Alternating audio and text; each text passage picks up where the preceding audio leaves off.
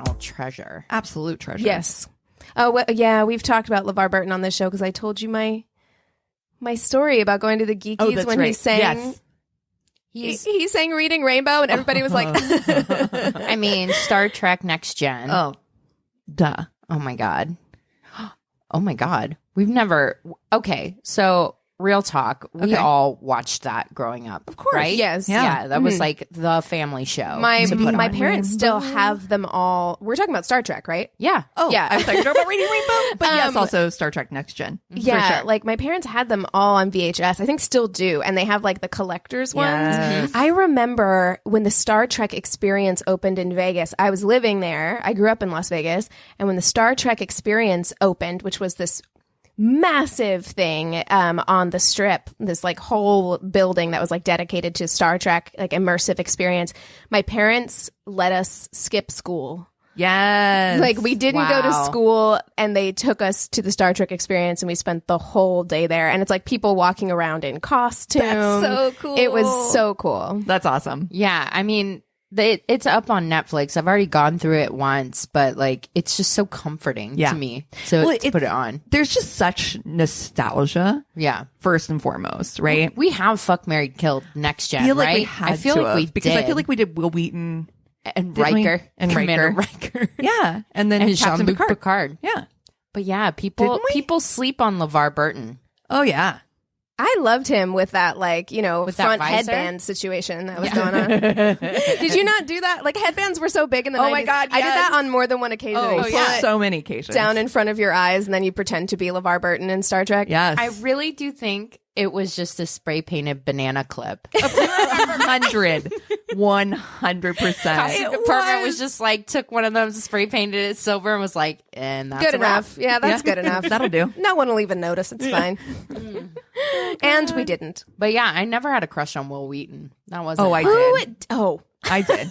Oh, you did. Really? Oh, you yeah. did. Oh, I did. I and we were. I mean, like we're didn't. the same age, so it like was one of those. I mean, my heartthrob crush though was number one.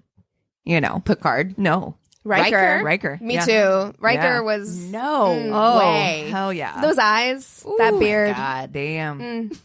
Hottie. He had good hair. He had real good hair. Yeah, he did. Speaking of, I don't know if we talked about this already, but have you guys seen Picard on CBS? No, I heard it's My so dude, good. It is so good. It is. If you loved Next Gen, you will love Picard. All right. It is really, really good. That's it. I'm gonna check it out. You're like the Yeah. sixth person Yeah. to told me that. It's incredible. I'm sure Chris was one of those people because we Yeah. thoroughly enjoyed the shit out of that. Well, I need right now like a show that isn't the shit show that we live in daily. Like I Right. really need to turn the news off. Oh, I yeah. feel like it's been on for all of this year. Yeah. And I am at my threshold. You're peaked. You know what you should watch? And I was going to save this for the end of, you know, what we're watching. But I started watching Dairy Girls.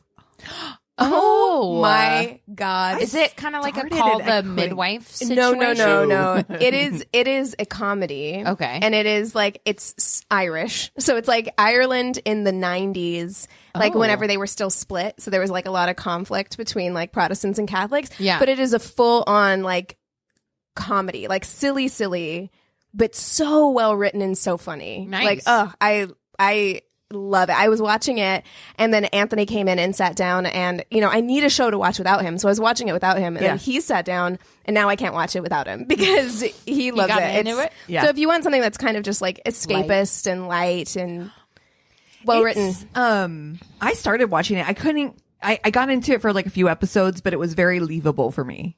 You know what I'm saying? Like I could leave it. And it Well, was just the like, thing about it I is, don't know. I don't feel that way. I blew through the first season because it's Okay. only like 6 episodes. Yeah. So Oh, per right. season. So I blew through the first season like one day. Yeah. And I see what you mean as far as like, it's one of those shows where you can kind of jump in anywhere because it's not consecutive. Okay. You know, it's a show like that where like you don't have to have watched the episode before to get the episode you're going into. But I think it's so well written. It was definitely written by comedians. Nice. You know. Okay. Yeah. Well, speaking of like, just like random stuff, you guys, The Craft Legacy. I don't know. I watched it. Did you? Why? Oh, I did. Okay. Because I was curious. And why would they do that? It is such a shitty movie. It is Really? such a shitty movie. Now, granted, it's been a long time since I've seen The Craft, so I don't remember if that's a shitty movie either. I've seen it recently. I just remember it kind of fondly because we were teenage girls. There are some key differences that I thought were really interesting.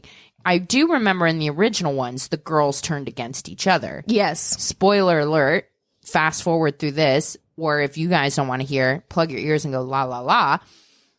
The girls stick together on this one. Well, that's Battle nice. Something. So I was just like, man, that's really interesting. And maybe, and I was thinking, I'm like, I feel like there is way more girl power, girls unite in this generation than in our generation. Yes. You're right. And I thought I would say that was the only thing nice. the only I can redeemable say. quality. I mean, if I about had to that say movie. that if there's a weakness to the original The Craft, it's that they turn against each other. Like I didn't, and you know what? I feel like tonally it was weird even at the time. Like, because I rewatched it not very long ago, and yeah, there's like a certain nostalgia factor. I think those of us who watched it, grew up with it, are gonna look at it more fondly than those who didn't. I actually think that would be a fun fuck, marry, kill, is to do different witches.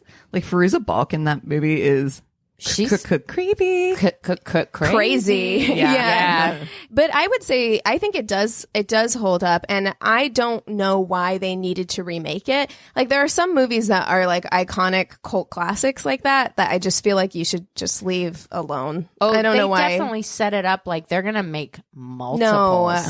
My friends, cliffhanger ending. I don't so like I was that. like, I don't no like a thanks. cliffhanger ending. No, it was so cringe. I'm not joking, not being hyperbolic at all. Within the first minute, Eric and I turned to each other and we're like, this is how this movie's going to go. Right. And we were 100% right. Like detailed, accurate. Within 1 minute, you will know exactly how this movie is. Well, that's because go. it was made for 14-year-olds. Right. So you're like, Even still, I'm just like, oh my God. Like there's nothing in it. I now hold that. It almost beats out one other movie. The worst movie I've ever seen in my entire life. Was like Blair Witch 2. Oh God, yeah. I did not tragic. even watch that. It was bad. Is still number one in my heart. Worst movie I've ever seen. This one comes close. That's how much I did not Well, enjoy it. let me tell you, I don't remember which service it was on. I think it's Hulu. Cats is available. Oh, I saw. It's available and it's free, and we should watch it. I saw. still haven't seen it. I think it's on haven't HBO either. Max. It's probably on HBO Max, but that's not where I saw it. It's definitely somewhere else as well. Because I was like, look, we're coming up on the 1 year Annie. Yeah. I think we owe it to ourselves and our listeners to How watch Did This that Get Made movie. is doing that movie next. Oh, stop it. Dude, the one they just did this week is so fucking funny. I've never heard about it before. It's called Governor Gabby, and I'm like, well, I ain't watching it for sure, but I will definitely listen to you guys tear it apart. And did they ever? And it is fuck. I'm literally like laughing. I had my headphones in cleaning all day today. I'm just crying laughing. That's So awesome. if our listeners don't know, How Did This Get Made is a podcast where they watch really terrible movies and discuss. so and that good. is always the best. And it's Paul Scheer and Mantzoukas, Jason Mantzoukas, and June Diane Raphael. Yeah, it's so freaking brilliant. So what about you guys? What are your least favorite movies? Oof. You know what? I feel like I watched something recently that I had a very visceral negative reaction to, but the one that stands out in my mind, and I don't think anyone saw this movie. Okay. But I watched it with my brother, and I feel like it had like some critical acclaim. And so I was like, it's probably going to be all right. It was called Blindness. And it had Julianne Moore. Yes, and you know Mark why I know that? Ruffalo. Because it's one of my favorite books of all time. Oh my God. I was like, oh shit, coming No, in hot. I love that book. The movie, Did you see the movie? Ooh. It was garbage. Bad. Oh my God. Real bad. I didn't read the book. I love the book. And it had big names. It was like, those two, I think maybe Forrest Whitaker or somebody else was in it. And the premise was interesting, but the movie was almost unwatchable. Yeah. Like, I was like, please, Lord, when will this end? High key recommend the book. Jose Saramago is a brilliant writer. It's a really, really great read. And maybe not for 2020 because it's about It's dark. contagious blindness. Yeah. Basically. And how I'm not interested in that. Thank you. Nope. I'm gonna skip it. How Not for humanity 2020. just like devolves. If you take one of our senses away, it's just really easy for humanity to devolve like within a week. So, Yeah, I you know, think it it was should have made a great movie. I feel like but it was did maybe not. one that was difficult to capture on film. Yeah. Like, it was hard. I feel like Maybe probably if it was more like a series, like they did with what's the one where they cover their eyes? Oh, is that the Bird Box? Bird Box. That's Yeah, a yeah, movie, yeah. though. Oh, they didn't. I'm just thinking maybe like if it's one of those stories that could have been a series, might have been made better. I don't know. Maybe. I think it's probably, it struck me and let me know, Christina, Yeah. as one of those like book adaptations that probably had a lot of internal Yes. dialogue. Yes. Yeah, where that's really hard to translate on film because they're trying to show Stuff you. happens, but yeah, a lot of the motivation and the like, yeah, it is a lot of internal monologue, and it did That not. does not translate it to did film not. well. No. No. What about you, Cass? Least favorite movie? Okay, so least favorite movie. This is gonna be a hot take because I, like you, read the book first and then saw the movie. So I think this is part of it. But the other part is I just fucking hate this movie. I like how you set it up for like no one get offended, but also this movie is trash. Forrest Gump. Oh. Okay. You That know is what? a hot take. I know. It is a hot Some take, people's but top movie. I can also see really. that. I can see how it could be something that someone doesn't like. I enjoy it, but it is really long. For me, Forrest Gump is a one and done watch, you know? Oh, God. The book, though, is really, and the thing of it is that the movie is so long because he does do so much. But in the book, he does so much more, which is wild to think. Yeah. But the book is just so well written. I don't know. I really enjoyed it. I thought the book was real fun. Yeah. And The movie's kind of a Debbie Downer. the movie was Major. just, I don't know. I don't know. It's one of those things that Chris and I early on in our relationship agreed on immediately. We're like, we have to marry each other. We're the last Bengals fans. And I'm pretty sure we're the only two people in the world who loathe Forrest Gump. Wow. Yeah. Loathe. You gotta really hate that movie. It is hard to date somebody if you have completely different media enjoyment. True. Like Yes. I've had to compromise and watch a lot more horror movies than I would like to. It's not my favorite, but I do it out of love. And to be honest, like everything else that we watch, we're pretty like You did make him watch Love is Blind. I did. He was not happy about it. So, and even Steven, you know, what's good for the goose is compromise, good give for and the take. gander. You know, I saw this TikTok that made me think of you. It was so funny. It was like this guy going and sitting down at a movie theater, and it's like me at a horror movie. And he like sat down, he's like eating his popcorn, and then it said based on a true story, and he was like, "Oh no, baby, that's not gonna work." And he like got up and left. No. And I'm like, that reminds me of Christina. She's like, I'm not inviting these real life demons into my house. It's not happening. Nope, not gonna do it. No, I was looking for stories today, and I was reading one. It was like a high school story about a kid that like he let his date like pick the movie, and she picked Insidious, and he got too scared or whatever. Oh, no. There were a bunch of people from his high school there, and he got made fun of for the rest of the year for being too scared at It's Insidious. okay. And I'm Insidious like, is scary. it's yeah, I it's will okay. not watch it. Yeah, so It ain't for Insidious me. rated really high on that like Fear. Yeah, that fear test that they did. Yeah. They did like a scientific test of like which movies are the scariest. And Insidious rated really high. So I'm like, it's all right. I'm just glad we're moving into Christmas movie season because we watched what did we just watch? Oh, Family Stone. Oh, right. For Yes. our Patreon. Yes. And then Eric had a hankering to really watch Four Christmases Oh. I was like, That one's I'm silly cute too. very surprised that you like this movie. I'd never seen it before. Real talk. He really likes that movie too because he brought it up to us and I was like, oh, okay, dude. Yeah. I'm like, We get it. I mean, like, I haven't watched that movie since it probably came out. I don't. I haven't either. I don't even remember that movie at all. I'm willing to watch it again to discuss. Just didn't stick. It was cute, but it surprised me. You know, it's just like, okay, I wouldn't have thought that would be like a movie high up on your list. I took down. It's his Love Actually. Oh, it's about that time. I gotta watch Love Actually again. I took down my Christmas box today. Yeah. I actually took it down. It's sitting in my living room. I bought a candle last Christmas. After Christmas, I went to the Bed Bath and Beyond. No. Body Works. Body Works. Bath and Body Works. Bath and Body Works sale where Always. they like, you know, after post-Christmas Like a sale. fire sale. Yes. And I bought a new Christmas candle, which I started burning today. So my house smells like icicles. It's amazing. You brought over snickerdoodles. Oh, I did. I'm getting ready for my Christmas baking. This year is the year, and I've seen a couple people posting, like putting up the Christmas tree. I'm like, yeah. It's 2020. I never do that. Do it. Yeah. But you're not going anywhere.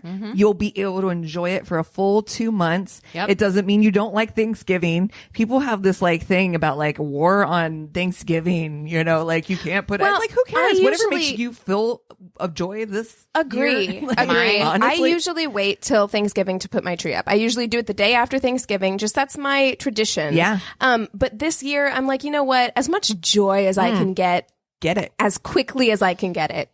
My dad got us banned from a Kmart Oh, well, I think you told us you this. told us the story. for getting in a very loud discussion with the teenage manager about Christmas decorations being out before Thanksgiving. I feel like this is like the gather round, kids. Christina has to is going to tell her yearly story. tale. I feel like just you like, have to it's because real. it's wild and that I'm like, happened. even at like 8, I still knew. I'm just God. like, this is not his job. Do you know what I mean? It was not up to, you know, whatever his Jeff. name is, Andrew or Right. whatever. He's not CEO of Kmart deciding when to put the fucking What displays is out. it about older people?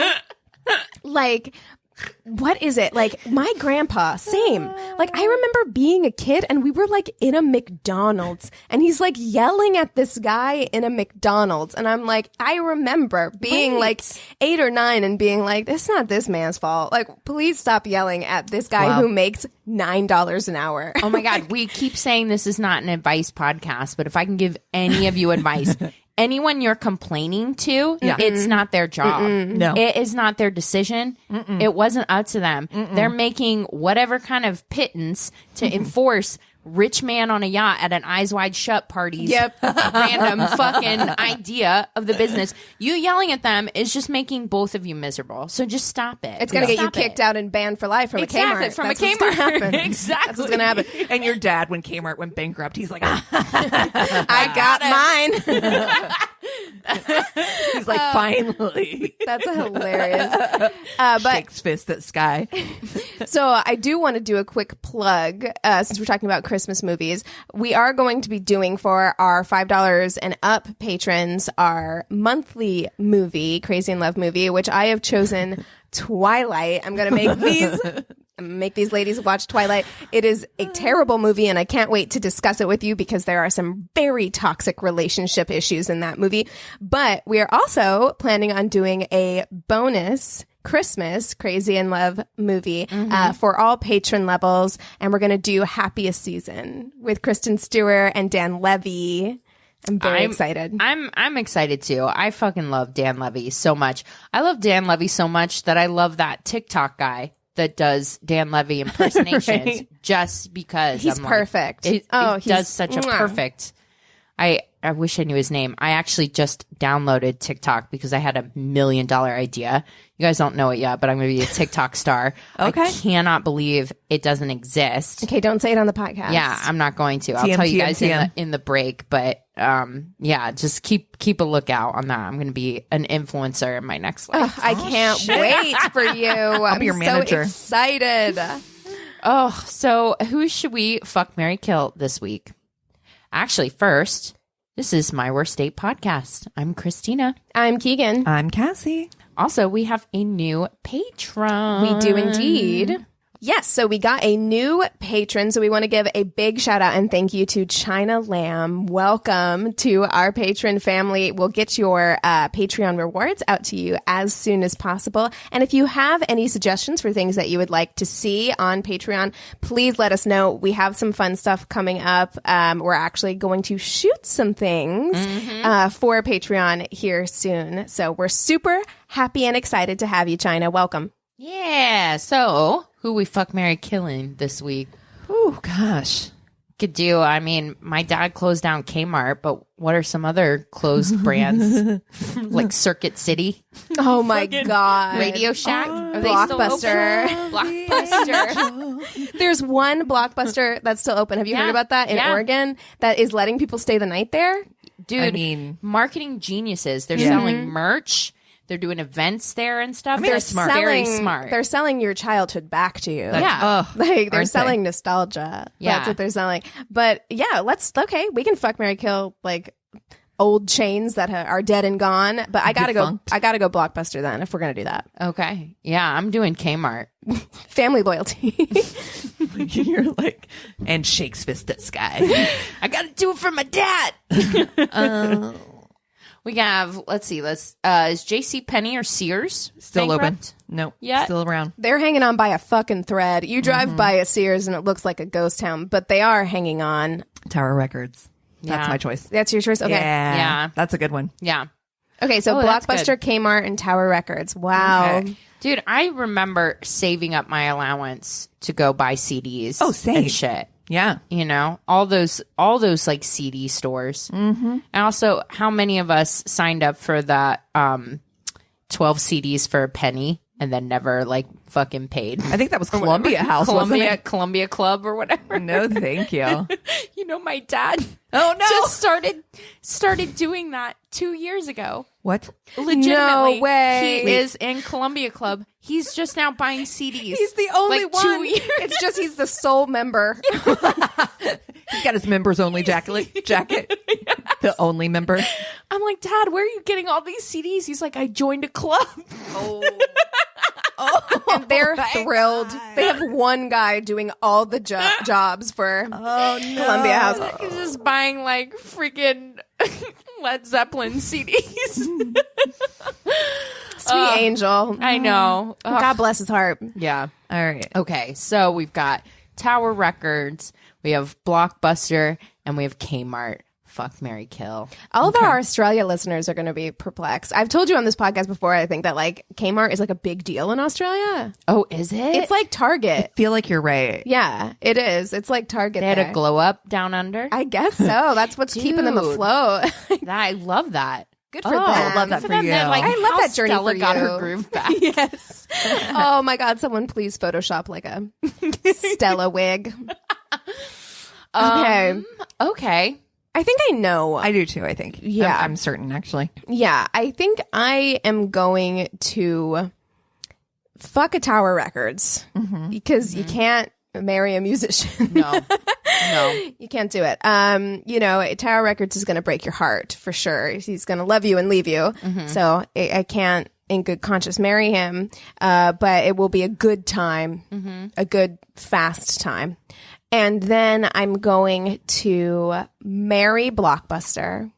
Yeah. You know, I just want to snuggle up and watch movies. That's all I want to do. And I spent a lot more of my time in a Blockbuster. Actually, we had a Hollywood Video.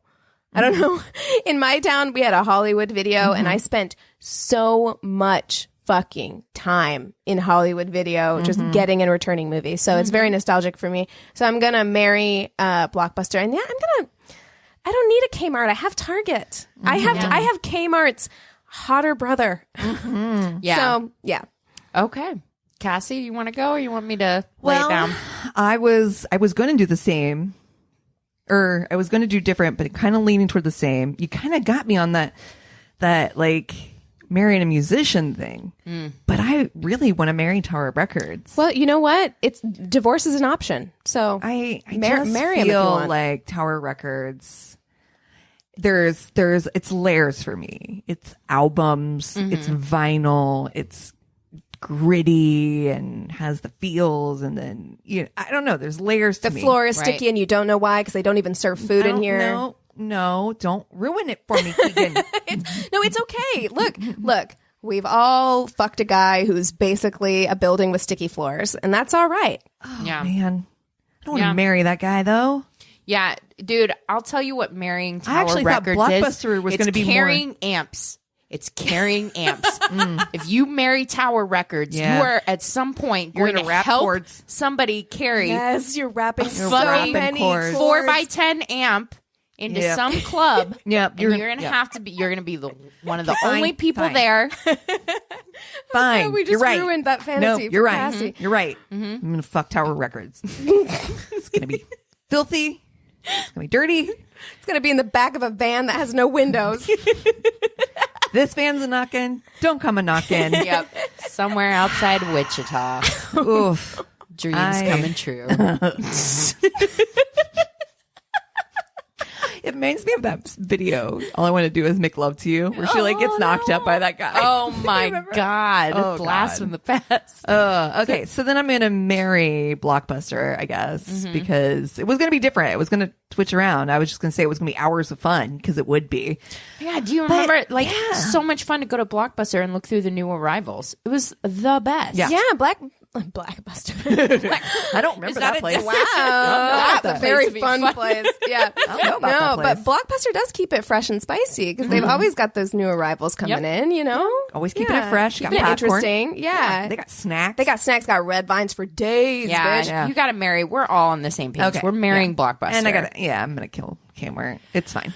And shakes fist at Sky. I'm gonna fuck Kmart. Oh, what's up? I'm telling your dad. Take. I'm we are telling your dad. You know what? That's Take. what this is about.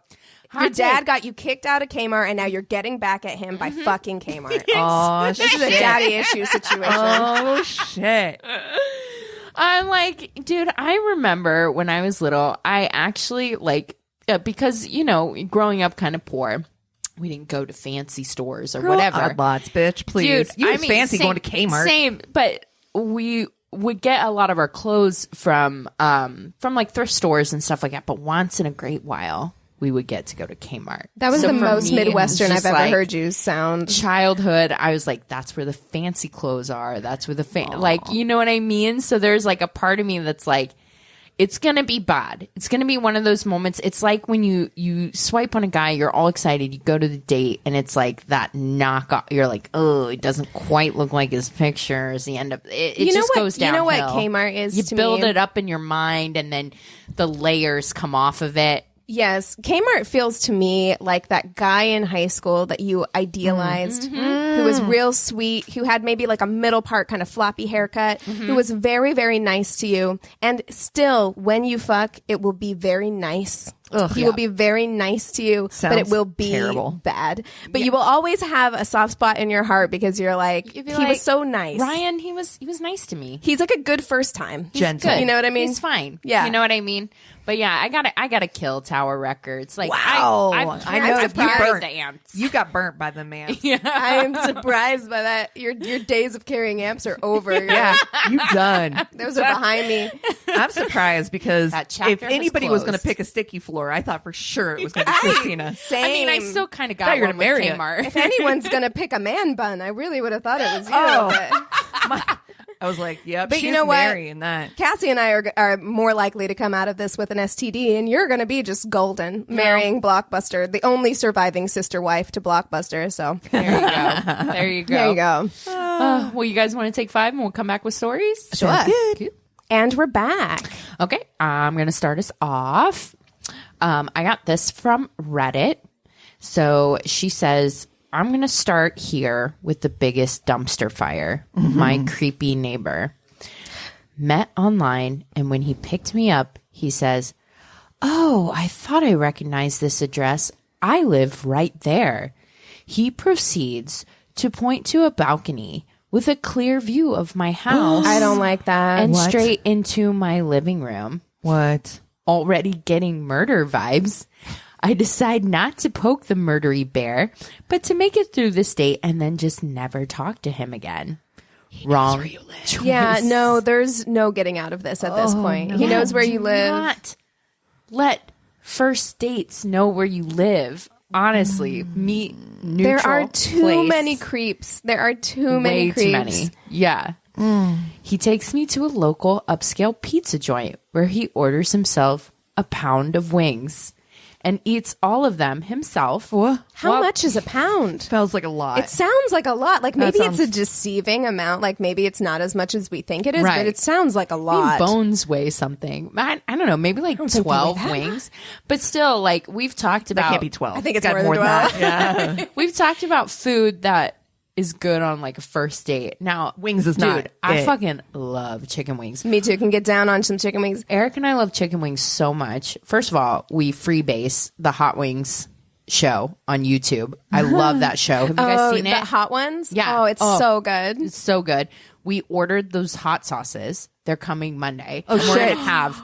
We're gonna have a chicken wing off. We're gonna see Oh, who pushes shit. out first. I just have to say to is you, Chris though, coming? Can I just have watch? to, I have to just put this out there. Mm-hmm. You live in an apartment with one bathroom. yes. So beware. Oh, it's gonna be bad. Poop knife time. So he orders himself a pound of wings, eats all of them himself, while telling me I'd be much more attractive if I were slimmer, and that I should come to spin class with him. Also, I'm sorry. Sorry. When you first said that, I thought he was talking about himself. He's talking about her. oh yeah, no, he's pounding She- chicken wings. So he's just got Frank's Red Hot all over his fucking face. Yep, And and you're he- criticizing me, motherfucker? yep. Oh, the rage. He starts talking about how the spin class instructor is a total babe and his dream woman, which is great first date combo. He then describes his penis in detail, telling me how much I'll love it. Nope. Because the average vagina is only 7 inches deep. As if Okay. I don't own a vagina and have lived with it for Okay, 20 what odd years. 4chan forum did he get that info off of? Like he was like, I don't know. Wow. Trevor on 4chan told me that a vagina is 7 inches deep. Like, oh, go fuck yourself. Also, yeah, it's like, okay, talking about a penis on your first date. First of all, penises are like, I don't talk about my vagina on a first date, like a detailed description of my vagina, and I certainly wouldn't do it while sucking on chicken wing bones. It's just weird. And to me. they're not that interesting, nor are they that rare. I mean, Yeah. they're everywhere. There's a dick everywhere. There's a dick on every corner. He then takes out his phone to show me a variety of sex toys and encourages me to purchase some, while also giving me reviews of his favorites along with play-by-plays of his use of them with his ex-girlfriend. I hate this person so much. Sir. Oh, I have never been so relieved as when he dropped me off home finally. I couldn't have left that car any faster, and I thought that would be the end of it. Fast forward a week later, I was sitting on the couch watching Netflix when I get a ping from a number I didn't recognize. It says, "What are you watching?" I look out my window, and sex toy McChicken Wing is sitting on his balcony, looking through my window and waving at me. No. Sex toy McChicken Wing. No. Thank God I moved a month later. No. Ugh. Oh, Can you imagine? I fucking hate that. Yeah. Okay, so my story came from Reddit as well, and it starts out. I had already been on 3 dates with a guy, and they were good / normal. I invited him to join me on a big group weekend camping trip. Mistake number 1 of many. I want to know how long they were dating. That's always the question for me. Is I'm Like like, 3 dates. okay, 3 dates. Oh, okay. I don't, dude, a trip with somebody is so, there's so much that goes into a trip. And then you're going to multiply it by 10 by fucking camping. Camping and you're with your friends, so you're already like high anxiety. Yeah, it would be a no for me, but in I don't my know. head, Camping trip is fun, and I think with Fred, I don't know if you've been on 3 dates with somebody, you're if having they a were good time. good, yeah. I it mean, depends. I can see it happening. She Me does say now. I was so dumb in my early 20s. That's exactly So what I that's was the gonna thing. say. It's I was an like, early me 20s thing. Me yeah. now. Me Yeah. now is a no, but like me in my early 20s is a probably. Yeah. Yeah. Yeah. We set up camp, spend all night hanging out, and everything was normal. Next day, everyone floats the river. I see one of the second day arrivals is a college friend that I hadn't seen in a couple of years. So I maneuver my tube over to say hi to him, to say hi and give him a big smooch on the cheek. My date goes berserk. He berates me for kissing another man, screams at me in front of everyone. Bitch, I will leave you up this river. Do not test me with that shit. I am not here for it. I'm also, can you imagine if like we're hanging out as a friend group and Eric Jesus. starts screaming at Do me? you? Oh no. No. Not in our group. Not in our Not group. today, Satan. Not motherfucking today. Not in front of me. Absolutely fucking not. I wish a motherfucker would. I Amy wish you would would kill him. I mean, the guys You're in our already group in would kill the him. Woods.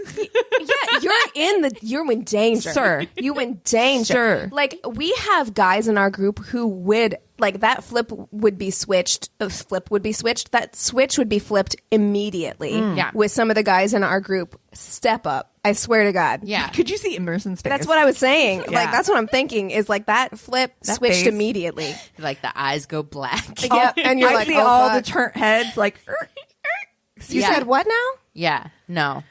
I'm like, chill. It was a kiss on the cheek, and it shouldn't have mattered. But this friend was gay, so I told him that, thinking it would calm him down because it was I was like legit scared. He calms down slightly, but then he just has to tell me that he thinks being gay is wrong.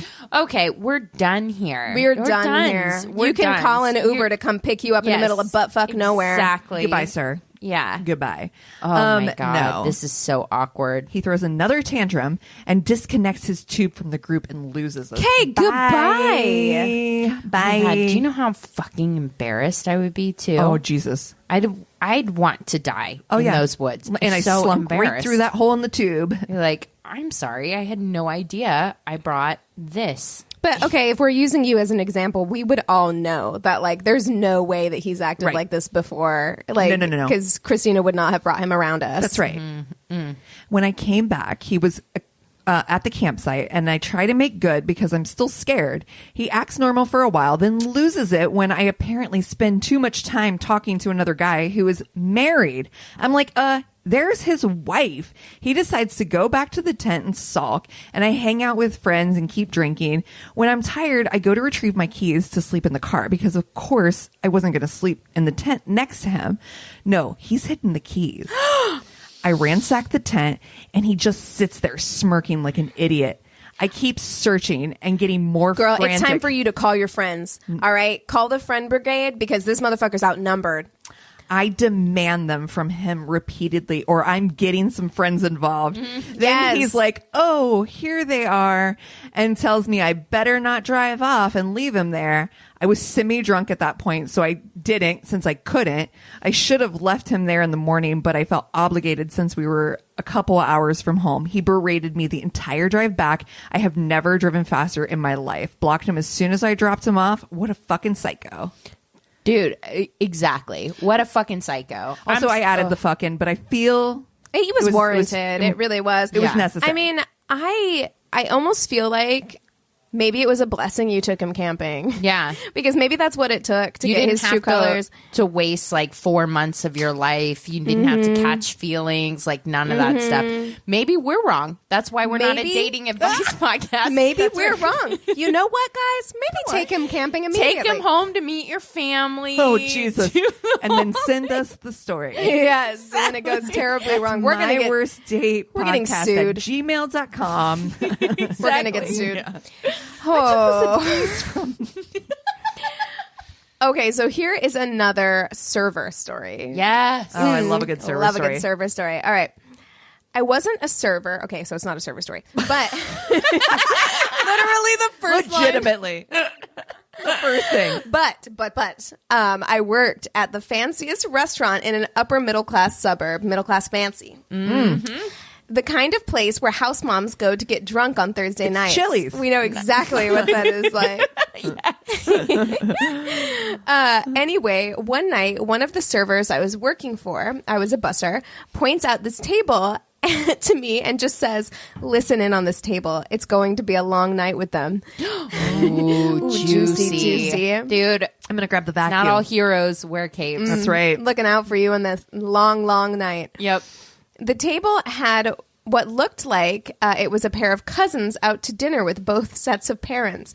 So I was originally confused why they were going to be such trouble. I went over to bring them bread, and I could immediately tell what he was talking about. Oh, shit. No one was talking, but they weren't even looking at their phones. Everyone was just tensely staring at each other. It was so palpably awkward, I left instantly. That would be me. If you've in a situation where you're like the secondhand embarrassment or awkwardness is so intense that there's an orbit around it. Yeah. There's an atmosphere. Oof. I went about my menial duties for about another 15 minutes when a conversation at the table finally came up. From the bits and pieces I put together, the two kids we thought were cousins were actually dating, and their parents were meeting each other for the first time. So basically, nightmare situation for both kids who looked about 14. Oh, God.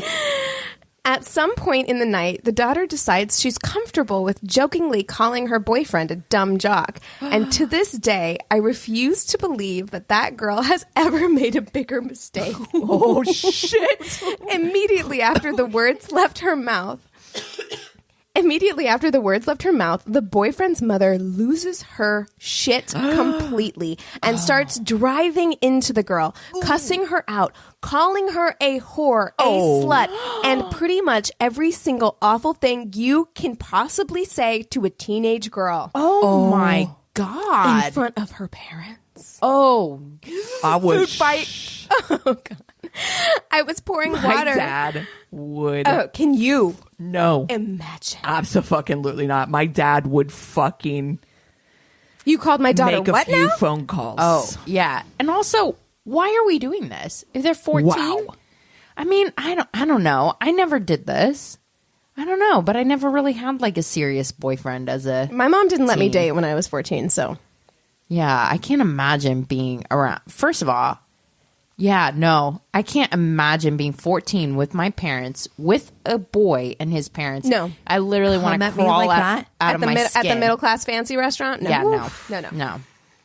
I was pouring water at the next table over at the time, and I managed to spill it all Yep. over the table because of how loud her outburst was. That'd be me. I'd be like fully listening. It's just, you keep pouring and it's just full. Dumping over. They're like, Sir, I just ma'am, okay. ma'am, No, it's over. Yeah, no. enough. When? When? Uncle. The girl and her parents left pretty quickly, seeing as the girl was crying her eyes out and looked absolutely terrified. And wouldn't you know it, as soon as they left, the boy and the father turned on the mother and released a near identical stream of vitriol on her. It was so bad, I wouldn't be surprised if they got a divorce. Jesus. All things considered, I think that may be the worst date I can imagine for a 14-year-old. Why haven't they written in? That's what I want to know. goddamn. I need to know from their point of view. I mean, that shit scars you. It does. That's a shame receipt for sure. And Wow. I also am like so upset that I haven't seen a scene that juicy in a while. What was school like on Monday? Like, God damn. Oh my god. He's like, They Jenny, moved. Jenny, please talk to me. Nope, they all moved. Different school. That's what you do when you're 14. You can. You can just like Just moved to a different school. new Homeschool. life. Now I'm a new person. Now I'm a new person. I'm not Jenny anymore. I go by my middle name, Marie. There was a couple girls in school that did that. Now I'm wondering if they went on this date. That's funny. Okay, so I talked to you guys before about my crazy in love, about just procrastination city. I had there's 4 different articles about 4 other cases on my phone before I started watching last night in a fit of just, I just need a break from true crime. But then I saw Netflix had just released a new true crime documentary series called Trial 4. And I was like, I don't know about this. and it is so good so far. I'm only 3 episodes in. If you enjoyed, and by enjoyed, I mean if your face got fiery hot and angry at making a murderer, it is another thing along those lines. I don't know if I can do it. I don't know if I Same. can do it. Yeah. Making a Murderer was one of those where Anthony was probably pissed at me because I was pausing it every like 5 minutes because I was just like, what the fuck? Like I was just like yelling. It's a what the fuck story for sure. But this is not the case that I'm doing. However, it mentions this case in that show. Okay. So intrigue. That's what I spent today doing. I watched an episode of Dead Wives Club starring Lorraine Bracco on ID. Oh, I love Lorraine Bracco. She's amazing. Amazing. And her as a narrator. Chef's kiss. Oh. I read an article called Presumed Innocent in Time by Margaret Coulson. Another article in the Boston Globe called Twisted Dream by Mark Barnacle. And so we will get started. And I know you guys know this case. Okay. But let me set the scene. Okay. It's October 23rd, 1989 in Boston, Massachusetts. Boston. This is why Lorraine. Exactly. There's a 911 call that comes in. The gentleman on the phone is telling the 911 dispatcher that he's been shot and his wife has been shot. And they're in the Mission Hills neighborhood of Boston, which is a predominantly African-American neighborhood. He said they had been carjacked and he didn't know where he was. So is his wife 7-month pregnant, Carol, and she was shot in the head. Charles, or Chuck, was shot in the stomach. And you can hear Lucky the for him. 13-minute 911 call as he's driving through the neighborhoods. Now, since this was 89, this was before cell phones and before they can locate his GPS. And so he has a car phone? He has a car phone. Okay. So they're trying to find him. The dispatcher's trying to get clues from him. I really wish the listeners could see, like, I wish we had a camera because both Cassie and I have never looked more suspect in our entire lives. Like, sir. So he's driving around. He's been shot. He's bleeding profusely. And he keeps telling the dispatcher that he's going to black out. And finally, he stops communicating. But the dispatcher's smart enough that he tells the police to run around the neighborhood with sirens on. And that's how they finally locate him. Because they can hear him over the phone. They can hear him over the phone. Nice. So, smart. I love this lady. Yeah. Or guy, whoever, whatever. Now, 89, I was 7. And I particularly remember not this case, but cases like this. Because Rescue 911 shows up on the scene. And this was big in the 80s. Shows like Rescue 911, cops, that sort of thing. And this is the reason why I ended up wanting to tell this story. They arrive on the scene just as they're showing paramedics getting Carol's body, obviously pregnant, out of the car and into the ambulance. There's pandemonium, police everywhere trying to figure out what's going on. Chuck is like, just pay attention to my wife. Forget me. Go help my wife. Go help my wife. They're getting him finally into the ambulance and police are like, what happened? What happened? Give us a description. Chuck says it was a black man with a raspy voice. Shocking. In a tracksuit. And he took my wife's purse and her wedding ring, shot her in the head. And he shot me, once at me, but I ducked and he missed. And then he shot me in the gut. And so they're like, all right, we're on it. So who are Chuck and Carol? They're this Camelot couple, which first of all, like the next day, the media goes fucking bananas. It is the biggest story because it was captured on Rescue 911. And she's pregnant. They're this beautiful young, Carol was only 24. Chuck was 30. They were this beautiful couple in the Mission Hills neighborhood. And the Boston newspaper the next time had a photo, like front page photo of Carol slumped over in the seat. Holy shit. And him shot, like bleeding, everything. And with the title was A Terrible Night. I remember this now. Yeah. Yeah. I don't remember it, but I remember I've watched something where they talked about this. Yes. Yeah. And so, people are literally clutching pearls and like, oh my God, like this is a suburban nightmare. You know, they were coming from a Lamaze class and someone got in at a red light and carjacked them. And now this beautiful pregnant woman dies at 3 a.m. in the hospital. Not to say that it's never happened ever, but that doesn't. So when I say this very broadly, know that I'm being a little hyperbolic. That never happens. Yeah. It doesn't happen. Like, that is such a, I want to commit a crime that's going to like make headlines, that's going that the way that we think it happens, like on Matlock. You know what I mean? Like, it's such a weird way for a crime to happen. And of course it got this kind of like, you know, news coverage. Yeah. Yeah. So Carol, whose maiden name was Carol DeMady, she was this poli-sci major that ended up having a career as a tax lawyer. She was described as very affectionate and loyal. She had a job waiting tables while she was in college, and that's where she met the cook, Chuck. You know, Chuck was making $4.80 an hour doing like line cook stuff, but they instantly like fell in love.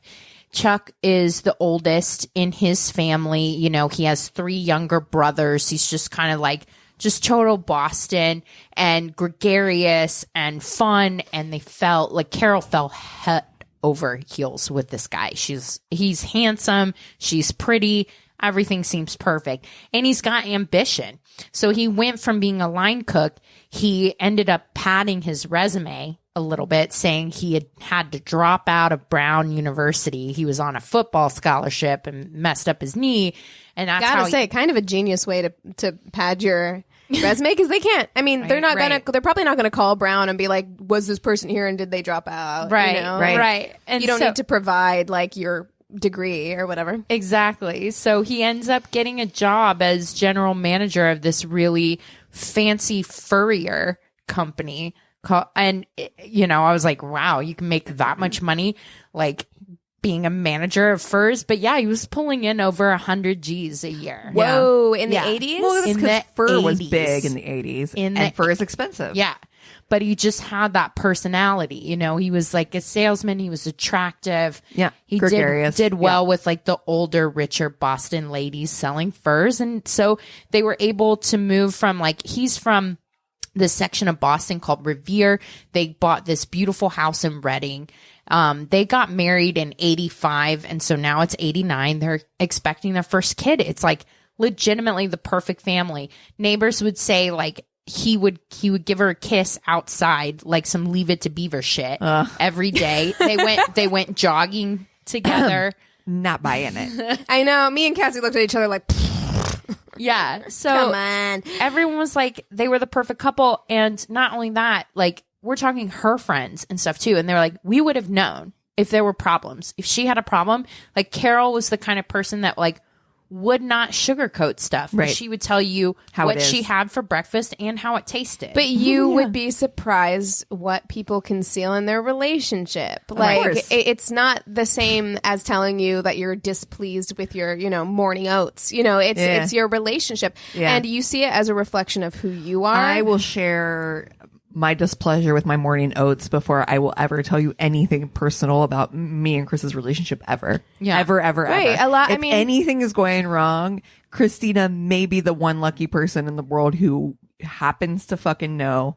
And that would be, I mean, like I am fiercely private about shit like that, because my thoughts on it too are this, and it always comes back to that place where like when you complain about like a boyfriend or something and then you're like especially mad at them, and then when you don't leave that, then it looks like you're the dickhead who didn't leave her situation, because you know what I'm saying. And it's just my own personal story that goes through my head. There's other ways to look at it, but I can understand this where you're like, I'll tell you about how bad my oats are, but I'm going to tell you about different people are different and they process things differently, and some people are very open with their friends about like stuff that they're going through in relationships, and some people really aren't, and they might be open about a lot of other things, but they're not open about their relationship.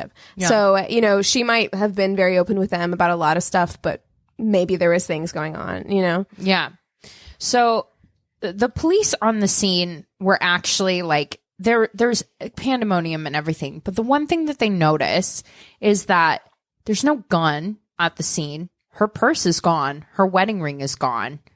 And they're in the middle of a crime-ridden neighborhood, or what they perceived. There have been several shootings and that sort of thing that had happened in the previous months. So they're really like, and Chuck is badly wounded. He is like shot through the gut. He's going to be spending the next few weeks in the hospital if he survives.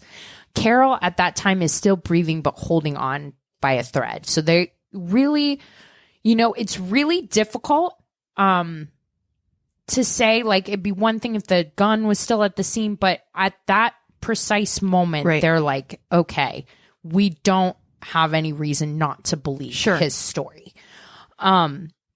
So they go bananas. 100 cops, like basically any cop that's free goes and searches the area, tries to find anything, and they don't find anything that night. But after the media frenzy that happened that next morning, it goes national, and any cop who's anybody goes into Mission Hills, and it becomes a fucking war zone. They start stopping and frisking up to 150 black men between the ages of 50 and 30 a day. Wow. A day. Trying to find. Because that night at 3 a.m. Gotta love stop and frisk. Yeah. Carol. But not at all racist policy. Exactly.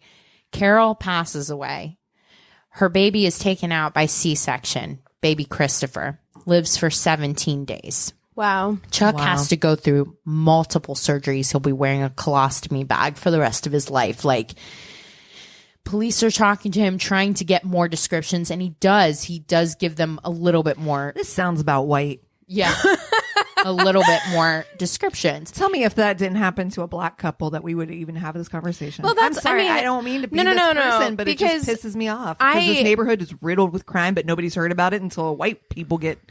And that's the thing, is like, I didn't want to say it because I was just like, I feel like I'm so happy that this woman got this kind of attention. Like, everyone deserves that. Everybody deserves that, to get that kind of attention where everybody stops what they're doing and looks for you. But not everybody gets that. Yeah, you know what I mean? And like, and I feel especially then. Then. And I feel like a big reason why she got that is because she was this beautiful woman in this beautiful couple with this. They had money, and she was pregnant, and they were in a black neighborhood. Yep. Okay. People lost their minds. Like, Governor Dukakis attended her funeral. Like, it was huge. Hundreds of people were mourning. Everyone was just like praying that Christopher and Chuck like came through this. It became a national story. It really played into people's fears at that time, stuff that we were watching on TV. Mm-hmm. We all watched Cops. We all watched wild Rescue 911, where the story was like, you could not go into the big bad city. Right. The suburbs are safe, but the big bad city and the dog whistle is fucking real in those shows and on news. The perpetrator was described as an animal. Like, it's really difficult. Do you know how many times in the 80s people came out and were like, a black man did this thing to me? It happened so fucking often. Yeah. And I mean, not that it never turned out to be true, but a lot of times there's many documented cases of people lying. God, I remember my mom worked in campus at Ohio State, and I remember when we would get, like, we'd drive in from home, and by the time when we would get into a certain part of campus, my mom would be like, lock your doors. Yeah. No, that was the thing. And I think a little bit of us was exposed to that narrative by watching programs like that. Hugely. You're taught that it's not safe to go into the city. You're taught that black people are criminals, that black and brown people are criminals. This is what people are talking about when they say that you have a implicit bias. You have something that is not conscious. That's right. Right? Like, it's not. when people say that there is racism in law enforcement, and you can cut this out if you want to, but when people say that that's what's happening in law enforcement, they're not saying that everybody in law enforcement is an out and out fucking like Klan member, right? But there is just, we as a whole, and I'm telling you this as like a half black, half white person who has had to deal with that same implicit bias against black people, as someone who half of my family is black. Yep. And I still have to deal with that implicit bias because it is burned into our culture. Right. It is burned into our society. Yeah. And it's not something that is conscious. So don't get in your feelings when somebody tells you that this is something that you may have to grapple with, come to terms with, and work through, because it's something that we all deal with. And law enforcement is, one, not immune to that in any way. Two, it's probably heightened because they're in dangerous situations all of the time, you know, so it's just something that I think that people need to like stop and analyze, you know, and not be so emotional about. Yeah. It's that's the biggest thing about this country that I've seen deteriorate, I think, in my lifetime. And I'm not that old. I'm 38, but I remember when it was an actual strength to admit that you were wrong. And was in my house to be open to new ideas. And that makes me the saddest, I think, the last few years, and the advent of the internet, and everybody has to be a fucking expert or something in anything. It's just people not being okay to be wrong. And nobody wanted to be wrong about this story. This story was a good story. Of course it was. It fit the narrative. That's right. It fit a media panic and fear that sold papers and sold ads and all of that stuff. So when you want to look at what is popular and what the narrative is, think about who you're making money for, and fear sells papers. It's so frustrating to me because I feel like a lot of people point to the 80s and 90s as being this kind of post-racial utopia. Like people point to this shit. I've had people tell me that Obama is really what stoked, you know, the racial division in this country. And while it may have been something that brought it to the forefront, to act as though racism wasn't an issue in the 80s and 90s when we had a war on drugs in the inner cities that focused specifically on black neighborhoods, targeted them unfairly. You don't see it now. Like all of this stuff. You don't see a war on drugs now that it's a white people problem. Oh no, now it's Heroin. a crisis. Yep. Right? Now it's a national crisis. It's just frustrating for me when people kind of, because it was marketed that way, right? We had a black Power Ranger, right? You know, there was a black kid in every TV show. We had a token black character in the Rugrats, right? Token became a thing. We're fine. Everything's fine. We're all getting along, and it's a fucking like Benetton ad. When in reality, there were policies that were being put in place, and there were narratives that were being spun on the news and otherwise that were creating a lot of issues, specifically for the black community. So anyway, sorry to go off on a tangent and proceed. No, I knew this one was going to be a thing. And I want people to hear it. And I want, maybe part of me wants people to be a little bit uncomfortable, and that's okay. It's okay that you're uncomfortable. I was uncomfortable watching it, and I was very emotional about it, and it led to some soul searching, and you know, maybe it'll get to you too. So 150 a day are getting fucking stop and frisk. Yeah. Their rights violated. It's, and I'm not talking just stop and frisk.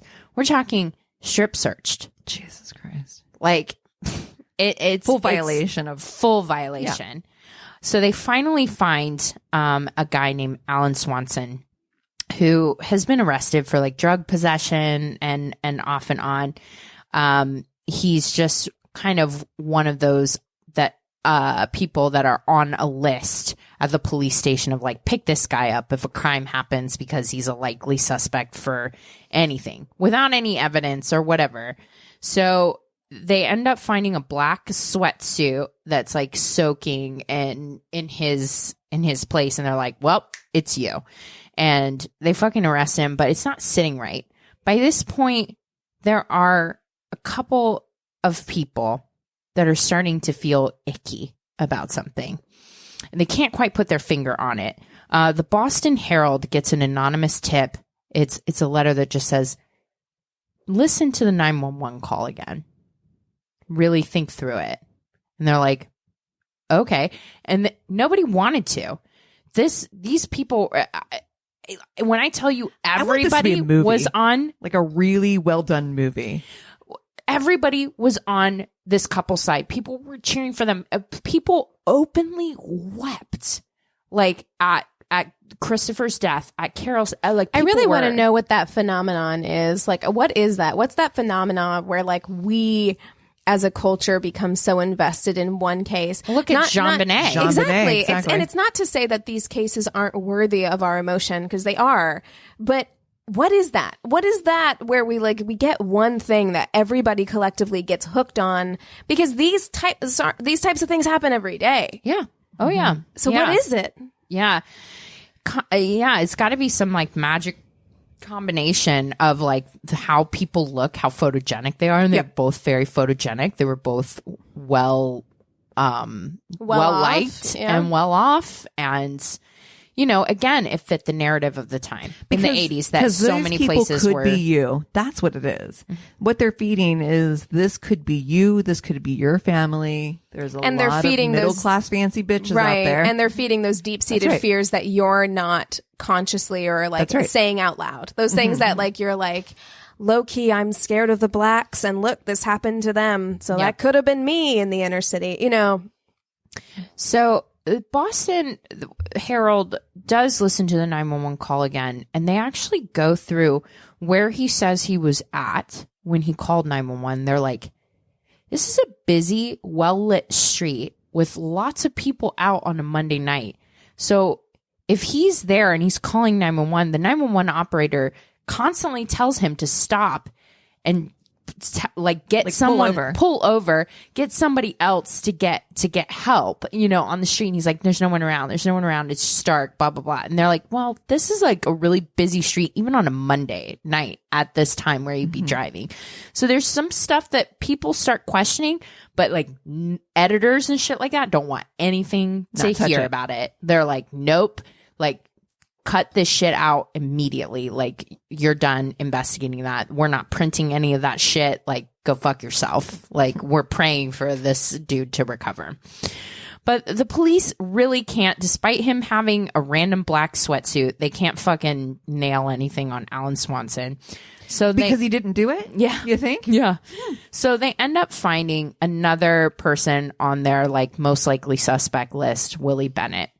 Willie Bennett is somebody of extremely low IQ on the streets. His IQ is like 65. Wow. Yeah. And he had been arrested and accused of shooting a cop before. And the reason why they go pick him up is apparently his nephew had been bragging around the neighborhood that his uncle had done this. And Willie does have a kind of raspy voice, and that's it. That's the only reason. So, police end up showing Chuck a picture, and they say he emotionally reacted to it right away. What the fuck does that mean? And are you trained to be able to say that? Also, I'm sorry. Show me where your that training picture is. To anybody right then, and everybody would have emotionally reacted to it, because apparently their pictures were every fucking where. Yeah. So they end up like waiting until December 28th. Chuck's finally like out of the hospital. They do a lineup. He is able to ID Willie again, but this is after Willie has been in the paper like every single motherfucking day as a suspect for this crime. That is so fucked. So this is why I don't watch shows like this. Okay, because this shit makes me so fucking mad. I'm like furious. So on January 2nd of 1990, police show up at Carol's parents' place, And they're like, do you recognize this ring? They're like, oh my God, that's Carol's diamond. Where did you get this? That was robbed from her. They're like, we can't say anything, but is this a ring? They're like, yes, they ID it. They get a call. Curious. That night from Chuck's brother, Mike. And he's like, I can't really say anything right now, but tomorrow's going to be a really bad day. And I want to say on behalf of my family, I'm so sorry. So January 4th at 4:30 in the morning, there's a car that's on Tobin Bridge in Boston with its hood up, abandoned. It belongs to Chuck Stuart.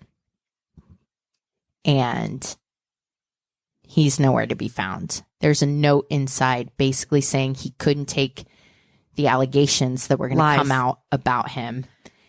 And part of your escape is plan, gone. you motherfucker. So the media reports it the next day. They're like, oh my God, this guy was so overtaken by tragedy that he committed suicide. And then they immediately have to put their foot in their mouth because it turns out that a couple weeks earlier, when his brother Matthew had realized that Willie Bennett was going to be indicted for murder, goes into the police station, is like, I have a story to tell you. My brother Chuck hired me to help out with an insurance fraud. And so he told me to meet him at this time and place. And I did. And he threw a bag in my car and I drove off. And apparently put two and two together. And he's like, I had no idea he shot Carol or shot himself. Like, I couldn't see, blah, blah, blah. And you can argue the veracity of that all you want. There's plenty of evidence showing that he was, I mean, how could you miss Carol in the front seat bleeding or whatever? But he says he drove off. He heard about the crime later that night, got a friend to drive to a different bridge and throw her purse and the gun, but he kept the ring. He kept the ring. Sorry. As an insurance policy for himself. What kind of insurance scam did he think he was running? Exactly. Where you had a purse, a gun, and a ring, right? Mm-hmm. Like, what kind of scam was this not explained to you? You? A jewelry scam, and he was going to get $10K from his brother for doing that. And they all looked up to their older brother, but he just couldn't. His story is he couldn't take the fact that an innocent man was going to go. Okay, but jail. you can handle an entire community being like upended for months and vilified for months on end. That's fine. Exactly. Okay. I mean, look. Thank God. Like, he did the right thing in the end. Thank God. At great cost to his family, really. But however. Well, I think from the digging that I've done, what happened was apparently the entire motherfucking Stewart family knew about it from jump. From just about jump. These people were pallbearers and carried her fucking casket. Disgusting. They comforted her family. Disgusting. These people, if I tell you, literally have no fucking words for this bullshit. Were so doting on Chuck that they were so worried about him. The day he committed suicide, they were so upset because he was supposed to. Wait, did he really commit suicide? They found his body a few days later. I was like, this is all a scam. So the story just starts to come out in pieces or whatever in the media. They're like, what the fuck happened? He did it. Is what it comes down to. That night, he purposely drove to a quiet part of town and he shot his wife in the back of the head and then messed up because he supposedly was supposed to shoot himself in the foot is what they were thinking, and fucked up and shot himself in the gut, like almost killed himself, and then tossed the bag to his brother or whatever and went through this whole charade. And honestly would have gotten away with it if it weren't for the story leaking out. Like, Matthew, I think, went to the cops because the story was getting out. People outside their immediate family started to know. I think he probably didn't intend for the story to become as as huge as it did. And that's why he kept the ring as an insurance policy to himself, to protect himself from going down, like having his brother like go down on him.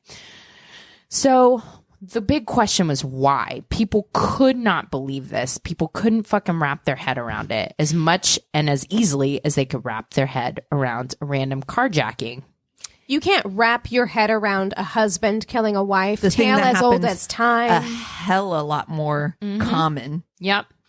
Yeah, it really did come down to the fact that he wanted the insurance money. He was dating a 22-year-old that he was working with, and he wanted to open a restaurant. He killed himself because his 22-year-old girlfriend, he knows, was not going to marry colostomy bag. No. He didn't kill and himself he saw the because walls of the closing guilt. in. He saw Yeah, the it wasn't walls kill himself guilt. because he felt bad. It wasn't guilt. Yeah, he saw the walls closing in. He wasn't going to get away with it. He was going to spend the rest of his life in jail, and he's just too fucking self-absorbed. And at that point, like, you have this fucking, like, house of cards of lies. So it's not only are you going down for this, it's like you're having to own up to months and months of lies. Oh, and people do not like being lied to. No, It makes they them don't. be They don't angry. like feeling because. No, I'm not going to say it. Never mind. Go I ahead. was like, never mind. Never mind. Yeah. So the story then becomes like who knew what when, Right. you know, which bothers me, but I don't think is the main part of the story. The main part of the story to me was how easily people were willing to accept something that fit their narrative without really digging in. And it costs a lot of people. It costs a lot of people. And the one bright part that comes out of the story is the DeMady family ended up raising over $1 million and created a scholarship in her name that they specifically give to a Mission Hills resident. And had That's done lovely. so for 25 years. That's lovely. And they do it. They don't want her to be remembered for that one night in 89. That she really had like, nothing to do with. that she didn't have anything to do with. And they God bless 'em. apologized deeply to the neighborhood. And they've, you know, they were God lied bless to. them. And they did something positive. So the one positive thing that comes out of it. Honestly, I swear to God, why is this like not a movie that I have seen? Like, I swear this is like prime for like a really good retelling. They have had a TV movie. I forget No, I what the went, like, name is. You know what I'm saying? Like how they did on the Boston right? Mhm. where they- Spotlight. Yeah, you want like a spotlight I level. want a spotlight level movie because that could Well, be this. what I'll say is, Christina, I have seen documentaries about this before, and I've never been more mad than I am right now. So I feel like your telling of it thank you. was great. Yeah, Because really good. and maybe it's just where I'm at mentally or emotionally right now, but like this kind of thing, maybe it's just because I'm such a justice oriented person Yeah, as same. well. This kind of thing makes me madder than anything. Well, look, it's about the truth. It's right. about the story, and you know, in these trying times, TM, everybody's found a narrative that they like. these trying times, T. I'm sure We No, should. my- Oh God, let's do that for Christmas, guys. Yes. Watch out for that. Everybody's found a narrative that fits their own comfy bias, and I think this story affects me as much as it does having grown up and being an 80s kid and having gone through the work to confront and deal with my own implicit bias and doing that still daily with the things that we are going on in this country and seeing anything that hasn't changed since the 80s is really difficult and emotional. You know, anyone that thinks that we're any different or any better than we were in 1989. We are not great, that's for sure. Not again, not then. Not then. Yeah, exactly. So yeah, it's just, you know, and the other thing is I'm glad I found that silver lining is that you do have the opportunity to Do the turn right something thing. around, to make or a do good, choice. to Yeah, make a choice. you can make a choice. Yeah. Yeah. I think that is important. It's like, yes, all of us have preconditioning. We have conditioning from our society. It doesn't matter who you are. There is conditioning that exists based on how you grew up and the society that you were brought up in. Right. That's just true, and there's no use denying that. Right. Just don't deny that. However, when something comes to your attention, Do better. you have the opportunity and the choice to do better. That's right. So I mean, do I'm better. 42 years old and I still confront myself with things on a regular basis because you're never too old to do that. And the thing of it is that the world moves rapidly, things change rapidly, and if you can continue to still grow with that. Yeah. Right. And it's okay to be wrong. Like I remember when you could say the R word without calling it the R word because it's so offensive now for me to even consider saying somebody is a. Well, yeah, and I You know think what I that mean? the difficult thing to come to terms with is like it was always offensive. It's just that we now It was know acceptable. that Now it that is- we know that know it is, better, do better. and we're doing better now. That's right. Like Know better, that's do the better. thing. It's like I'm not mad at you for saying it when you were 12, Right. But you know better, and you're doing better now. That's That's right. the point. Is like if you know Which is better. why I'm glad and thankful we didn't have that, social media spotlight on us or the record of some of those past things that we may have said to follow us. It's hard. Yeah. It's hard because I think there is something to be said about, forgiveness and if you can truly see somebody knows better and does better. But You can forgive, however, you need to be able to acknowledge that That's you right. fucked up. Oh, for like sure. everybody in this story, every fucking Right. media outlet who glommed on to this story and took it and ran with it because they saw an easy headline that fit their narrative that was able to typecast an entire community as villains and criminals. All of those people need to have a reckoning with themselves. 100% That's right. And- like, yes, you made a mistake, but that mistake is detrimental to an entire community of people, and you need to take responsibility for that. a community of people. This has been detrimental to the entire narrative of an entire generation of people. Because not only are you talking about this community, not only are you talking about the wider Black community, you're also talking about the narrative that has been fed to the white community, in which we have had living as a little nugget in the back of our brains that has been okay. And it's not okay. Right. Yep. So I think that, that's the thing, is that there needs to be a reckoning, not only for us to claim that we have been misled, that we have been given stories that aren't true, but also too, you're right. The media needs to own up to the fact that they've been delivering on a message to create hysteria, to create. Well, it sells. That's It right. sells. When you come down to it, I don't think it's done with any other sin than greed. Greed. It sells. So yeah, I mean There that's it the is. thing, is that they wouldn't do it at all right. if it didn't sell fucking papers. So think right. about that when you spend your money. You can easily change the media if you decide to boycott stuff that's fear mongering. So Well, yeah. let's change the subject, you guys. Let's talk about what we're watching. I told you Trial 4. It's really good. I don't It's think I can. I Really will not good be watching so that. far. Christina. Thank you so much. But I give you a little taste. I'll just go back to my Dairy Girls and feel very comfortable and happy with that. Oh, you know what? And Christina, I wanted to bring this up for you because I don't watch this show. However, how many times have I watched the preview for season 4 of The Crown? Oh, I know. Oh my God. It's so good. I don't even watch that show. I haven't Caught up. started yet. I'm going to binge it tomorrow. That is Dude. legitimately my Saturday plans. Eric's going back to Bakersfield, and I'm like, I literally will not put on pants. Wait. I will be Do you want to Postmates come over and lay in my sushi bed? and fucking watch. Or do I come all over of and you season- lay in your bed and we just sit and watch TV all day? Oh my Dude, god, Gillian Anderson is Margaret Thatcher. Gillian Stop. Anderson is a queen. Stop. Queen. Stop it. And we have Princess Di Yeah. coming to the fore, Yeah. you guys. Oof, I'm oof, excited. oof, oof, I'm oof. excited. But again, I don't watch The Crown, so I know, I'm I've just so far watched that trailer a bunch of times because it looks like, mwah, it looks fantastic.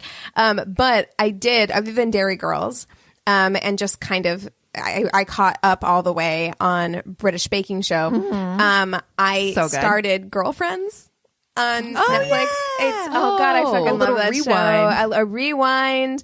I love that show, but I will say the first few episodes are Tracy Ellis Ross is so cute. she's adorable. She's Everything. so adorable. But the first few episodes are real cheesy, and the first season, the intro to that show is I'm like, who was in charge of this? It's like you had each of them come in, stand in front of a green screen, and you're like, just dance, just freelance kind of like freeform dance for like 5 minutes, and we'll cut God. pieces out and use it for the intro. And it is the most cringeworthy thing I've ever fucking seen in my whole life. But the show is bringing back all kinds of like Nostalgia. 90s, early 2000s feels. Cringeworthy. We rewatched Too Funny to Fail, which is about the my Dana God. Carvey show.